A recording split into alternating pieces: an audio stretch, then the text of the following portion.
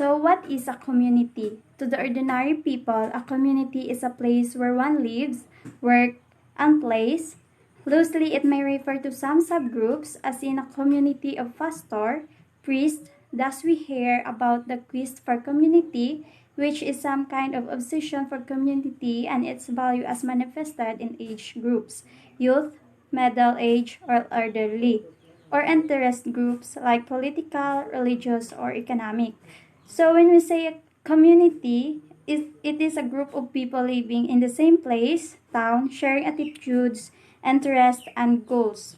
It is a social unit with commonalities such as norms, religion, values, customs, or identity. Communities measure a sense of place situated in given geographical area or in a virtual space through communication platforms. Sometimes the term was used to describe people and its relation between them. The community relations to people is a function that evaluates public behaviors, shapes the policies of the organization in the public interest, and produces a program of action to earn community understanding and respect. Sometimes the term is used to describe people and the pattern of relationship among them when these are ordered by a social interest such as church, school, or welfare community. A social organization that is territorially localized and through which its members satisfy most of daily needs and deal with most of their common problems. Also 1968. The social organization is how the people in a community interrelate, cooperate, and provide mutual support. It includes the norms and regulations. It is important because it happens in everyday life. To have a sense of being closer to one another, it helps build a good sense of community, also to influence of through socializing. Although people within an aggregate or category can be a group, now there are numerous resources of schools, families, and communities to provide a new environment. But people who hold something in common locally or geographical place. Secondly, people who are communities of interest based on that people sharing a culture, hobbies, or activities, many others so that they can learn something to it. But not all of them are sharing, some of those are studying the culture of others. The people pressure to play an important role in getting the individual to engage of some interest and many others. An aggregation of families and individuals settled in a fairly compact and contiguous geographical area with significant element of common life as shown by manners, customs, tradition, and mode of speech. A group of people grow together by geography, culture, or common interest. The common elements. A population of groups of people. It means it's a group of individuals of one species that interbred together in a particular living place, and it represents or refers to the community. The second is an area of territory, which means it is an administrative division, usually an area that is under the power that has not gained universal recognition from the international community. Next is a sense of interrelatedness or social interaction, which means it's a dynamic, changing sequence of social action between individuals or groups, and the sense of interrelated is the major system of sensory experience and interrelate with one another. The last one is the sharing of common ties or bond. This is the type of social capital that describes connections within a group or community. And the next is a geographical area where a group of people live a common life linked together by factors such as religious beliefs, sexual orientation, occupation, or ethnic origin, and a shared sense of identity and belonging. Next is the geographic community is composed of many social interest communities In addition, smaller segments of the geographical community may be referred to as communities in microcosm, an area, district, neighborhood, block. Next is the word is used to refer to people and the pattern of social relationships among them when this relationship may be characterized by: one is the common system of values. Second, normatively defined relations. Third, interdependent. Fourth, recognition of belonging. Fifth, system of stratification. And the last is locally of the citizen. Next is the major social function of a community. First is the economic production, distribution, consumption. It is defined as some spending of acquisition of utility. It also major concept in economic, but it also studied in many other social sciences since in contrast for investing. Next is the socialization. Socialization is on how to socializing with others, interacting with friends and family, how to behave in public places. Examples are join groups, advertise yourself, introducing yourself to others. And the next is social control. Social control is a certain of rules and discipline, also the standard of society that keep individual to bond or conversational as well as to use the formalized mechanism. And the next is the social participation, where people engage in social activities, participate gid para mabalaan kung ano ang mga issues ang ginaatubang community. And the next is the moral support, giving a support to a person in the community or nagatao bulig sa community. And the next is the dynamics and process. Social process are those ways of interacting which are observable when individual and groups meet and establish system of relationship, or the result that arise when changes disturb the already existing modes of life. Dynamics is the process of change and development in communities. It is a system of behaviors and psychological processes occurring with a social group. This helps you to understand step-by-step process. Good day, everyone. So, I will discuss about basic social process, derived social process, and community forces. So first, social process means various modes of interaction or groups followed by different social processes. So, under sa basic social process are competition, conflict, and cooperation. So first is competition. Competition is a forms of opposition and struggle, less violent forms of opposition in which two or more persons or groups struggle for some end or goal, but in the cause of which attention is formed chiefly on the reward rather than the competition. So, ang competition is the one of dissociative form of social process, and also it is actually the most fundamental form ka social struggle. But struggle for some end or goal but ga cause ka attention which ga form ka reward rather than competition. Ang mga people kuno wala ga compete for sunshine, air, and gifts of nature because hambal nila they are abundant in supply.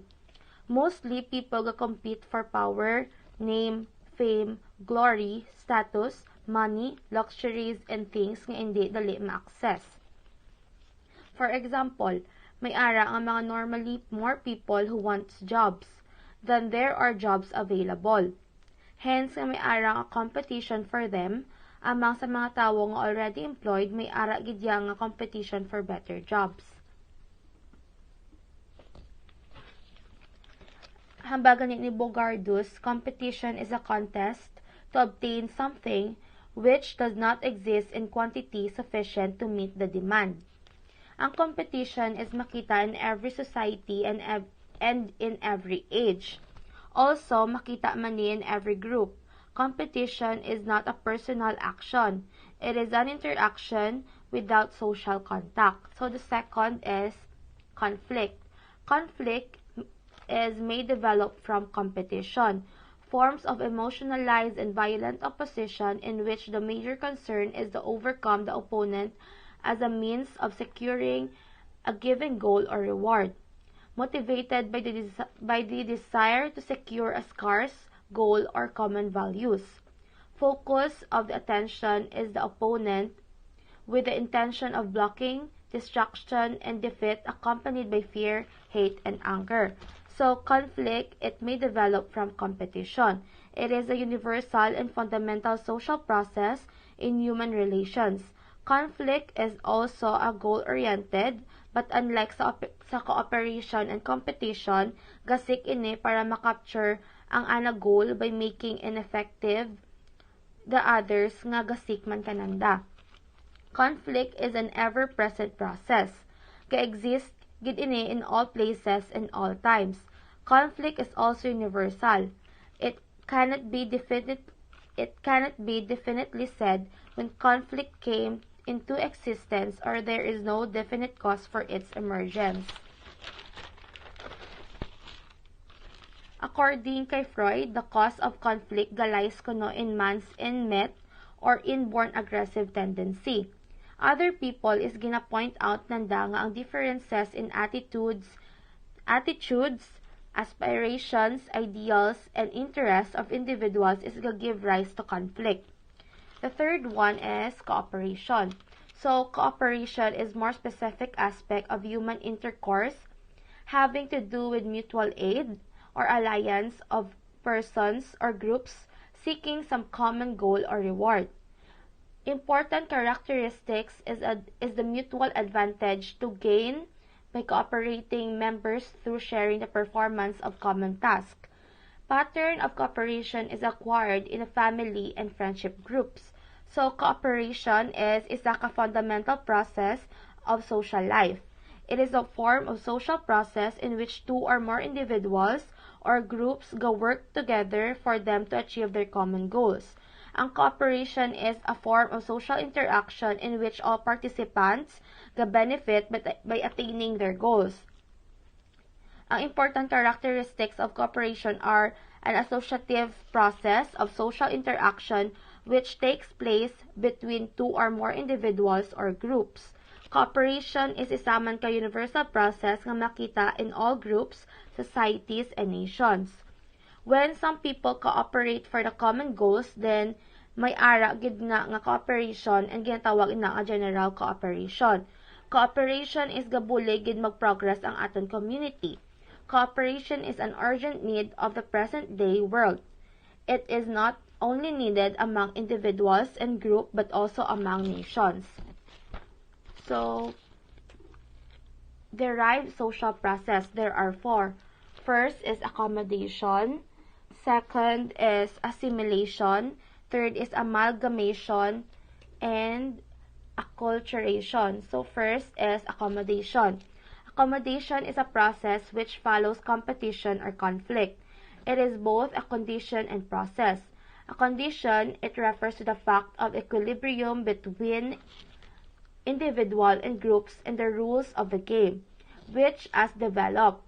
As a process, it refers to the conscious efforts of men to develop such working arrangements among themselves as will suspend conflicts and make their relationships more tolerable and less wasteful of energy. Each group tries to adjust to the others and yet maintain its own identity. Forms include coercion, compromise, arbitration, conciliation, and toleration. So, accommodation is adjustment in way of life.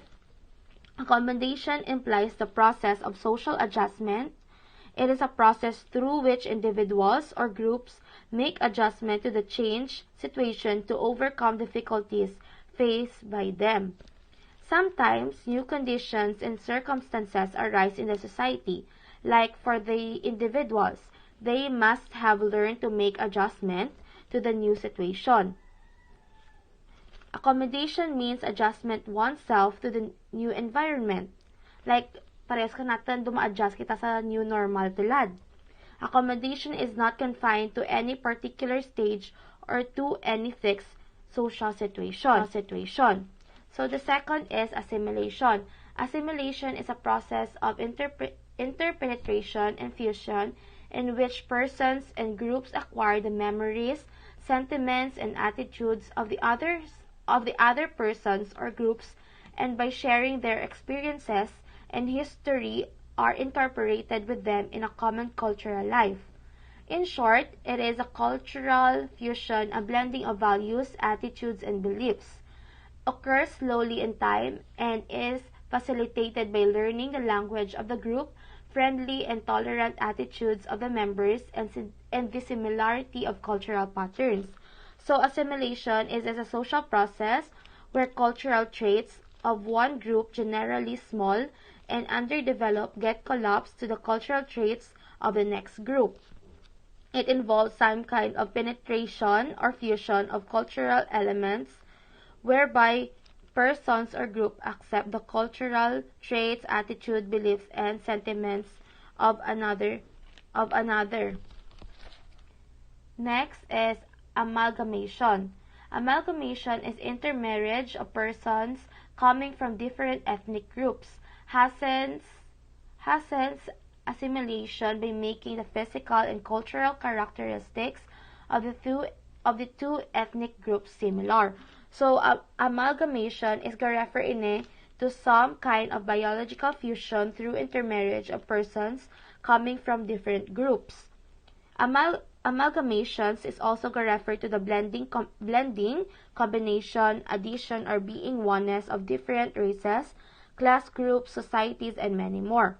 It is also includes a different institution to come and work together. Amalgamation is a very difficult and unusual social process which hardly takes place, but it is essential for a complete process. So the next one is acculturation. Acculturation is a process by which societies and different cultures are modified through fairly close and long continued contact but do not blend with one another. Usually a two-way process, society borrows from the culture of the other without losing its identity.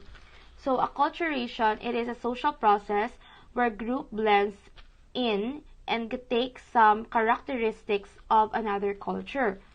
Gitawag man ini nga cultural borrowing or cultural imitation. Isa man ini ka process through which ang isa ka person or group from one culture comes to adopt the practices and values of another culture.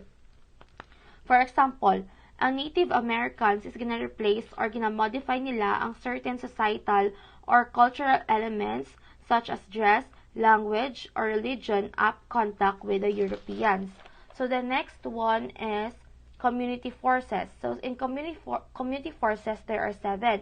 First is the physical environmental forces, technology, urbanization, and industrialization, concomitant social problems, socio-economic forces, and political forces. So the first is physical environmental forces. First is environmental cycle and ecosystem. So environmental cycles is which govern the behavior of three greater global systems, which is air, water, and soil. Within each of these three live many thousands of different species of living things. Each species affects the physical and chemical properties of the immediate environment. Next is this ecosystem. Ecosystem is a system composed of living and non-living things. Second is technology. Technology is industrial science, particularly its application to replacement of skilled labor by modern machinery. Ang kinds of technology are high capital intensive, low labor intensive, and intermediate. Third is urbanization. The increasing appearance in rural and small town areas of behavior patterns and cultural values characteristically associated with big city life. Ang favors spread of innovation, generates external economics and economic of scale, facilitates modernization, progressive regional equalization as economy reaches maturity. Demographic characteristic of cities are number, population density, heterogeneity of people. Characteristics of urban relationships: superficial, anonymous, transitory, overload. And fourth is industrialization, a stage of social technological development or movement towards such a stage, characterized by particularly by assembly line, mass production, large factories employing extensive power-driven machineries and specialized workforce with finely wrought division of labor, and characterized also by urbanization and by highly mechanized method of communication and transportation. Fifth is concomitant social problems. These concurrent social problems are those that happen simultaneously, such as pollution, congestion, resource depletion, land speculation, subsistence level of living, over unemployment, and agricultural stagnation. Six is socio-economic forces. Patterns of behavior are either maintained, modified, or completely changed depending on the reinforcing and conditions in the community. 7 is political forces. Politics has been defined as the art and practice Precise dividing line between them. One has to put communities along a continuum where the extremes are indefinable. Some communities may have characteristics which do not fit in which those of the ideal type. Sometimes one can make use of the census definition, but this is limited to the quantitative measure. So there are many ways how to classify or paano natin i-categorize ang isa ka community. So mostly kina-classify ang community sa kung ano ang ila function kag sa kung din sila kilala or ang ila specialization. Pero ang pinakakilala or common gid is kinatunga naton into rural and urban community. So by just simply identifying a rural from an urban community, we can already see the difference between the two. So, rural community is a geographic area that is located outside the cities and towns, typically have low population density and small settlement. All people living at this area are farmers with their careers based on agricultural sector such as rice, farming, vegetable farming, and livestock. So, when say geographic area is sagwa sang cities or sagwa sang cities or sa cities or banwa sa bukid nga sa nabukid na lugar or uma or probinsya. So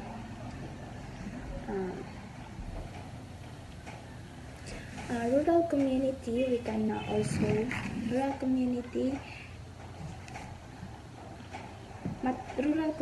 matawag ang rural matawag nga rural ang isa ka community kung first is ang location is sa sagwa kang city or banwa, and then sa uma na bukid nga area or probinsya. Next is laka ang panimalay kag gamay ang population. Next is kalabanan, ang source of income ka mga pamilya is through farming or panguma. So there have 10 essential characteristics of rural communities. So first is the size of the community. So the village communities are smaller in area than the urban communities. As the village continue are small, communities are small, the population is also low. So size, kadakuon or kagamayon kang community. So mas gamay ang village community compare sa urban. Gamay man ang population. So the density of population, as the density of population is low, the people have intimate relationship and face-to-face contacts with each other. In a village, everyone knows everyone. So density of population kay tungod gamay lang ang tawo or mas nami or mas lapit ang pag-ugyug anay kang taga-isa or may closer relationship. So, kilala ka taga-isa ang mga tao sa ila palibot. So, next is agriculture is the main occupation. Agriculture is the fundamental occupation of the rural people and forms the basis of rural economy. A farmer has to perform various agricultural activities for which he leads the cooperation of other members. So, since ang lugar sa urban is suited for farming, automatically the people will fit into that na farming is their source of living. So, close contact with nature. The rural people are in close contact with nature as most of their daily activities revolve around the rural natural environment. This is the reason why a rural life is more influenced by nature than the urban life. The villagers consider land as their real mother as they depend on their food, clothing, and shelter. So, fresh air plus peaceful equals mas nami mag-star or magstay sa uma. Halos tanan nga paginawi ka mga ga-star sa uma ga-revolve kay Mother Nature ginakabikit na very important. So, next is homogeneity of population. The village communities are homogeneous in nature. Most of their inhabitants are connected with agriculture and its allied occupations. Through there are people belonging to different caste, religion, and classes. So, agamba kita homogeneity comes from the word homogeneous, which means one. Ang mga tao sa uma parehas lang ang way of living, ang simple nga pangabuhi, bisan ang may mga tao may sarang or may kaya or may kaya sa buhay. So next is social stratification. In rural society, social stratification is traditional characteristic based on caste. The rural society is divided into various strata on the basis of caste. So, social stratification gina-categorize or ginarang ang social status kang isa ka katao based on their wealth, income, race, education, and etc. And next is social interaction. The frequency of social interaction in rural areas is comparatively lower than in urban areas. However, the interaction level possesses more stability and continuity. The relationship and interactions in the primary groups are intimate. The family fulfills the need of the members and exercise control over them. So, social interaction gamay lang or talagsalang makipaghalubilo ang mga tao sa uma tungod kay layo anay ang mga panimalay pero mas solid ang relationship, especially when it comes sa family relationships. So, mas nami ang paghampanay ka mga tao sa uma. Next is social mobility. In rural areas, mobility is rigid as all the occupations are based on caste. Shifting from one occupation to another is difficult as caste is determined by birth. Thus, caste hierarchy determines the social status of the rural people. So, and say social mobility means paano ang isa ka tawo mag-think bala kung paano mag-uswag ila pangabuhi or magnami ila pangabuhi. So, next is social solidarity is greater in villages compared to urban areas.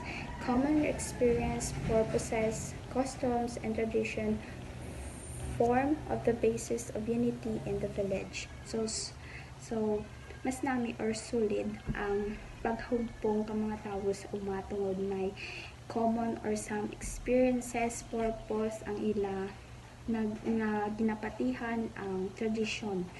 And then the next is joint family. Another characteristic feature of the rural society is the joint family system. The family controls the behavior of the individuals. Generally, the father is the head of the family and is also responsible for maintaining the discipline among members. He manages the affairs of the family. So, joint family, mas grabe ang family tayo sa may uma. Ida-value kid kag ang isipon kaisa ka family kung ano ang imo nga pagahimuon kay sala ka isa kahoy-anan kang isa ka pamilya. Better match your action carefully kay kung mahimo ka di amo hindi lang ikaw ang masuffer. Tatay ang usually head of the family kag ang taga-disiplina ng mga bata. So, the issues and problems. Of the approximately billions people in the world, about half live in the new, developing or technically less developed countries.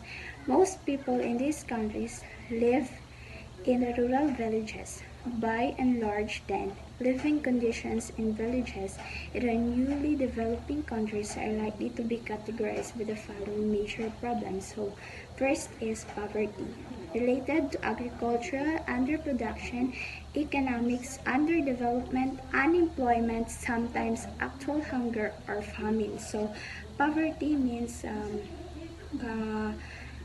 pagkainulon, pagkapigaduhon. Kay tungod ang panguma is ang source of income sa uma, gasalig na lang sila sa ila patubas. Kag wala facilities, infrastructures, wala obra, kay less ang business sa uma. Next is ill health, lack of sanitary environment. Prevalence of disease and lack of adequate medical care are major factors. So, as we can see kung sa uma layo ang hospitals, wala gawa makaduan ng mga medical professionals. Imbes magpa-check up sila, magtunan sila sa albularyo, budlay magmasakit kung sa uma budlay kag hindi ka dali-dali ka pa check up. Next is lack of adequate education. Layo ang mga eskwelahan, gamay lang ang eskwelahan kisa hindi pa updated ang school facilities. Kalabanan, mauntat na lang ang mga bata. The reason why damo illiterate. Imagine malakad ka pa, pila pa ka oras, pila pa ka kilometro ang kag makakadto ka sa school mo. Diba, may mga suba ka pa nga tabukon, may mga grabe pa mga challenges mo kag makaabot ka lang sa inyong school. So, apathy, lack of incentive for bringing about change. These abilities may be reinforced by cultural patterns and tradition, by religious attitude of acceptance what exists as divinely appointed, and by the drain of the human system caused by malnutrition and economic disease. So, ang apathy, mga tawo sa uma, budlay gawa dalon sa